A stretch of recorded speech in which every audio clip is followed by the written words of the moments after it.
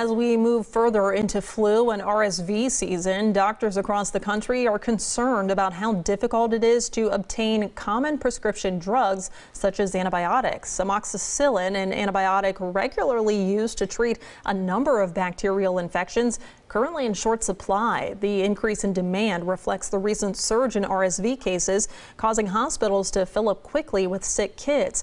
On top of a rise in RSV, local health officials are also tracking more COVID and flu cases in children. NBC4's Caleb Michael tells us the precautionary steps doctors say parents can take. Caleb?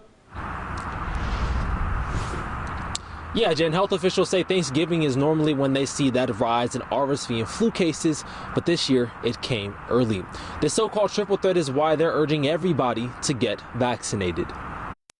All three viruses can and do cause more serious illness, landing people of all ages in the hospital. RSV, flu, and COVID cases are all spreading right now, and some groups are getting hit harder than others. The result, though, of an early and dramatic spike in RSV and now an overlapping rise in influenza is high demands on our hospitals. One doctor at Nationwide Children's Hospital says they are doing what they can to cope. By canceling scheduled or postponing scheduled surgeries or scheduled admissions that can safely be postponed so that we can maximize our ability to care for acute children with viral illnesses. An infectious disease specialist at Ohio Health weighed in on why children are being hit so hard right now. Because of distancing and lockdowns and schools being closed, there are many children who have not been exposed yet to this virus. They have no immunity or protection to it. Especially as we move deeper into the holiday season. We get together for football games, we're indoors celebrating the holidays,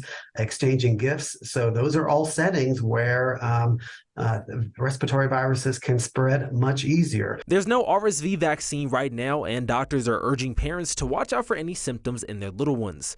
Those can include fever, cough, and a runny nose. It all comes down to safety. For those who are sick, we ask people really to stay home. Don't be spreading any viruses out there in the community, especially to your family or friends. Doctors say some best practices are to constantly be washing your hands and wipe down any surfaces that little ones may touch. Also, if you are able to, get a test so you can know what the best course of action is. Local for you in Columbus, I'm Caleb Michael, NBC4.